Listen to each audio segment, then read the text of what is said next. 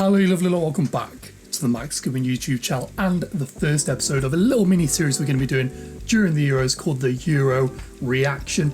It's a sort of resurrection of a series I used to do on the channel about 6 months ago called The Reaction, which was where I would round up every sort of game week of Premier League fixtures. Eventually that got phased out for more FIFA content. We're going to bring it back for the Euros, a Euro 2020 edition you might want to call it. Basically every couple of days I'm going to do a little roundup of all the big games going on, all the big talking points, all that great stuff, and hopefully you can all enjoy it and maybe give me some of your feedback on some of the Euros performances over the course of these 3 weeks. Before we get into that though, please don't forget to drop a like down below and subscribe to the channel. Only around 50% of the people watching my videos are actually subscribed to the channel, so if you really want to drive that algorithm and get more people watching these videos, the best way in which you can help me do that and attain that as a creator is hitting the like button and subscribing down below, helping on the road to 250 subscribers. Without any further ado, let's kick things off with Friday night and Italy versus Turkey. Okay, then Italy and Turkey kick things off for us on Friday night. The opening ceremony, courtesy of that very small little Volkswagen driving the ball onto the pitch after Andrea Bocelli serenaded us with a beautiful rendition of, I guess, the anthem for Euro 2020 or a classical piece of music, something like that. We were then entertained by a 3-0 win by Italy over Turkey, goals coming from a Demirel own goal and then Immobile and Insigne, giving the Italians a really good start to their Euros campaign. 63% possession in the end for them and 24 shots in total. Turkey just mustering 3 over the course of the entire game. I cannot believe I had them backed as one of the dark horses tournament. I have them going to the quarterfinals in my predictions. What am I doing? What am I doing? Why would I think that? Hopefully they can build back against Wales and Switzerland later in the group. We'll talk about them in a little bit. Obviously a great result for Roberto Mancini and the Azzurri. A really solid combative performance, a real good level of verticality in the team playing that Tiki Italia that they're calling it now, a lot of verticality, positional play, passing it around nice and quickly. Very Spanish in the way they play, not necessarily how you would expect an Italian team to do it. Great result for them in the end though, and that does obviously move them to the top of their group. Speaking of which, on Saturday we kick things off with the second game from that Group A clash, with Wales taking on Switzerland. Goals from Briel and Bolo, a great little pickup from Mönchengladbach a few years ago, really starting to show his worth, the Swiss international, and Kiefer Moore getting his first goal in a major tournament for Wales, considering he was playing non-league football pretty recently and have had the meteoric rise that he's had. All credit to him. Wales looked pretty decent on the day. Switzerland as well looked pretty solid. I think this is going to be a pretty tough group for any of those 3 teams to get out of. I already think that Italy probably have it sewed up, but you never know what's going to happen. We then move into Group B, and unfortunately, as I'm sure you're all aware, the action from Group B was marred by the incidents surrounding Christian Eriksen suffering a cardiac arrest on the pitch on Saturday during the match against Finland. I think it was just before half-time. Obviously, a lot can be said about the way in which certain broadcasters handled it. A lot can be said about the way in which individuals handled it. However, credit obviously goes to the referee. I think it was one of the English contingent who was refereeing that match, so a great credit to him for seeing the danger so quickly. And Simon Kjær as well, I think, is getting a lot of the plaudits for putting Christian Eriksen into the recovery position, consoling his wife or partner. And yeah, all credit to the Denmark team for the way they handled that situation. Not a good advert for the press in Europe, trying to get photos of him on the pitch, and obviously sneaking a few, which are currently on Getty Images. Obviously horrendous situation. Finland eventually won the game 1-0 thanks to Pio Pona, I think his name is, the Finnish striker. Pretty insignificant or inconsequential, the result. Obviously congrats to Finland though, their first win at European Championships.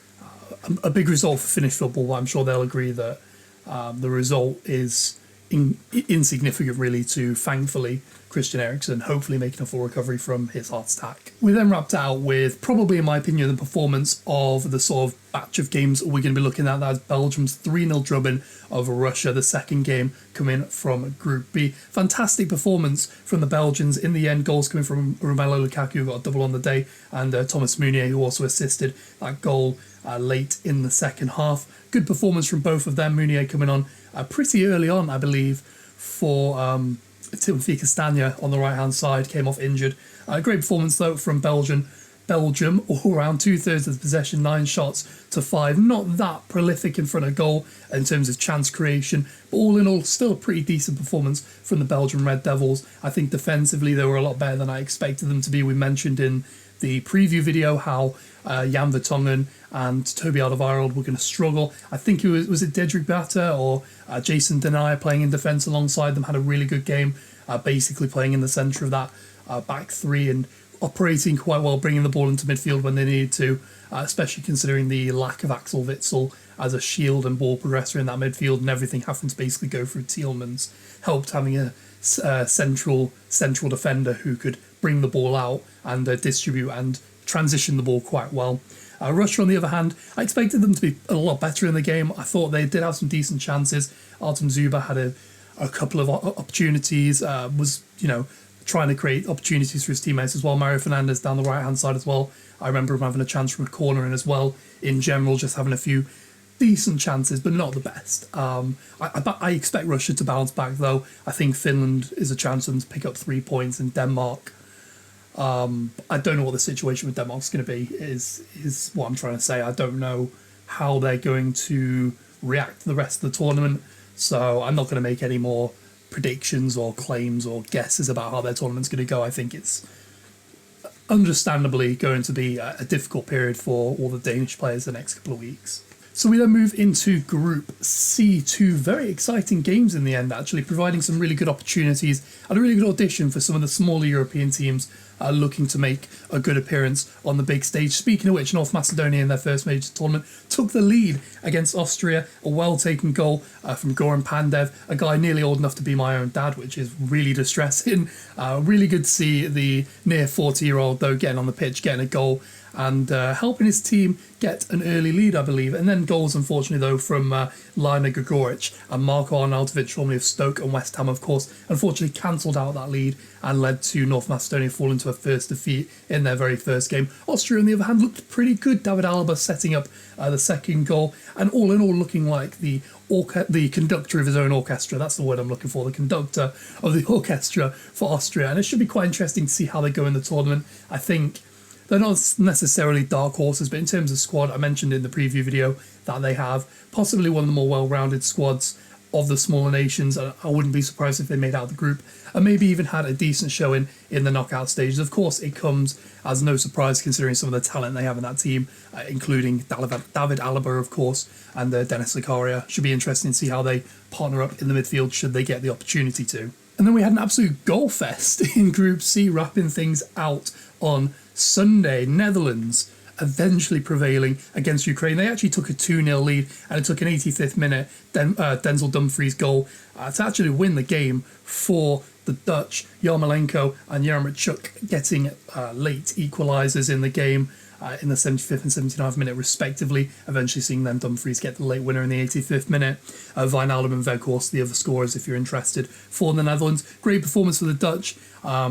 Defensively, still a little bit leaky. De Ligt wasn't playing, I believe, because of a groin injury, so it does remain to be seen fully at their full capabilities how good they can be. I think the fact that they went for a 3 at the back does signal that the ball maybe recognises that defensively, without Van Dijk, Netherlands are a little bit weak. Going forward, they're pretty good. Depay, Weghorst, Wijnaldum, Van Aanholt and Dumfries on the wing-back positions. They're obviously going to be able, creating chances, but defensively, without De Ligt, potentially deep into the tournament, and definitely without Van Dijk, could be interesting to see how the Dutch do defensively. Little bit shaky, although attacking wise, a great performance for the Dutch. And then finally we have our final game. And then finally we have the match that I think most of us were most looking forward to over this sort of period of time, that being England versus Croatia at Wembley, a game that I was very excited for, cautiously optimistic of course. Croatia knocked us out at the World Cup semi-finals a few years ago at the World Cup in 2018. Understandably, they're a great team. Brozovic, Kovacic and Modric in the midfield, one of the better midfield trios in pretty much all of Europe, maybe even world football entirely.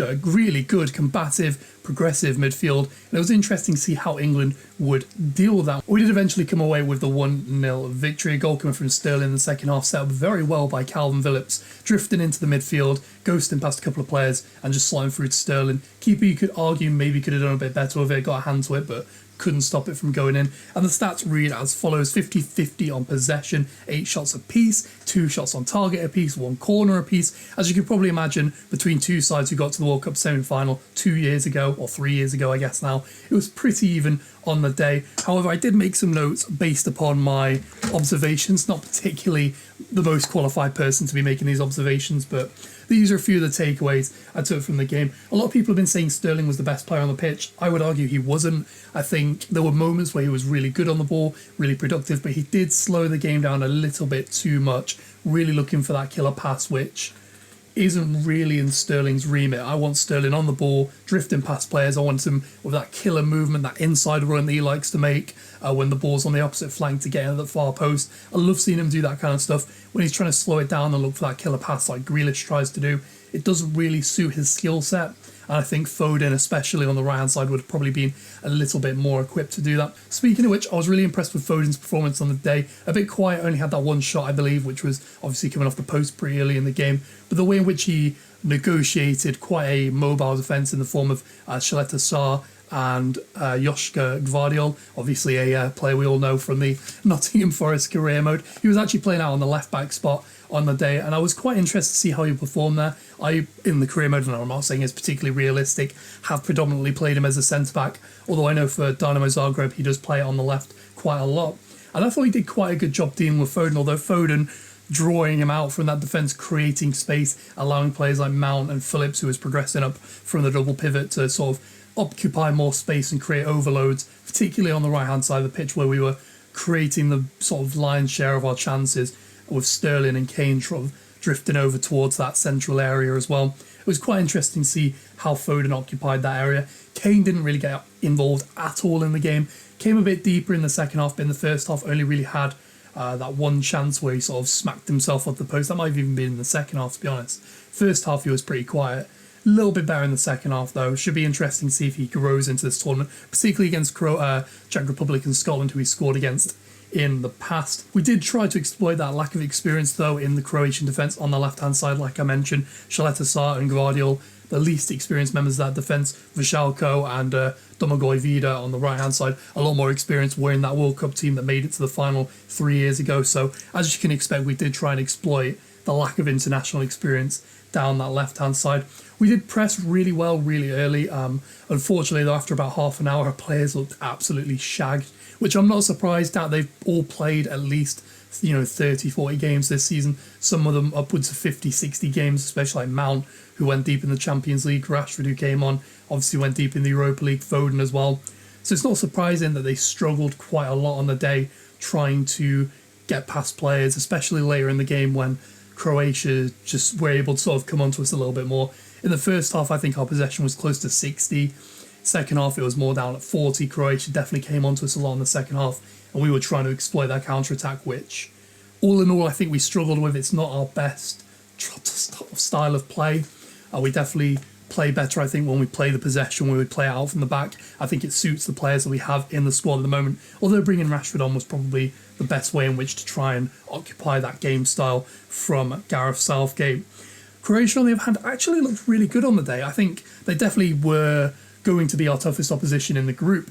On the day, they were probably about even with us. You could maybe argue they had some better spells of possession. Modric was given a little bit too much time at times to pick the ball up and sort of spray it wide. In the second half, we did a little bit better of a job of doing that. I think we just basically parked Phillips on him to man-mark him, which obviously comes from that sort of lead style of playing, that man-mark possessional style. Phillips, on the other hand, a very crucial player, probably the man of the match on the day, obviously set up that goal for Sterling, was pushing up, making it more of a 4-3-3 than a 4-2-3-1, letting Rice at times drop back to the left-hand side of the back three, or what would then become a back three, especially when Croatia were in possession and working down the right-hand side where they were probably their most dangerous. Gvardiol didn't really get up and create overloads, so they were relying on Vishalko predominantly on the right-hand side, and then either Kramaric or Bracalo, who I mentioned in the preview video, in creating overloads on the right-hand side to see Rice drop into that left space and allow Trippier to get a little bit further forward at times, was quite helpful. And I think Rice and Phillips is probably going to be the midfield two that's probably the most ball dominant in our tournament. I would imagine that's probably what we're going to see against Scotland on Friday. Speaking of which, I'll probably be doing some kind of preview for that on Thursday or Friday. Won't be able to cover the game post, but I'll probably do some form of preview as well as the games that went on from Monday to Wednesday or something like that. We'll figure out a format. Anyway, that does wrap up the pilot episode, I guess, of the Euro reaction. I hope you enjoyed it. I hope you enjoyed the format for it, just sort of going through each result, talking about some of the key issues, contention points, all that kind of stuff. I think it was quite interesting to see how some of the teams would adapt, particularly after quite a heavy, compacted season, how a lot of teams were a lot less aggressive. There wasn't a lot of pressing compared to the World Cup in 2018, where players had a little bit more of a rest. The season was not as condensed as it had been this year. I think the pressing for me was visually more obvious, how less so it was on the opening sort of few days of the tournament. Although, of course, we've got another 2 or 3 weeks left to go, so it could increase in intensity as players get more used to playing with each other and in the systems that we see them play. And naturally, international football is a lot more defensive anyway, so you can kind of expect that. If you did enjoy it, please don't forget to drop a like down below and subscribe to the channel, turning on notifications so you don't miss a single video, including the Euro reaction, which I'm hoping to get out either every other day or every 3 days, something like that, in some form of format where I sort of cover 2 or 3 days worth of games in one video over the course of 15 to 20 minutes, a little bit like what we would do with the reaction at the beginning of last season. That's all from me though, so thanks very much for watching. I'll catch you later.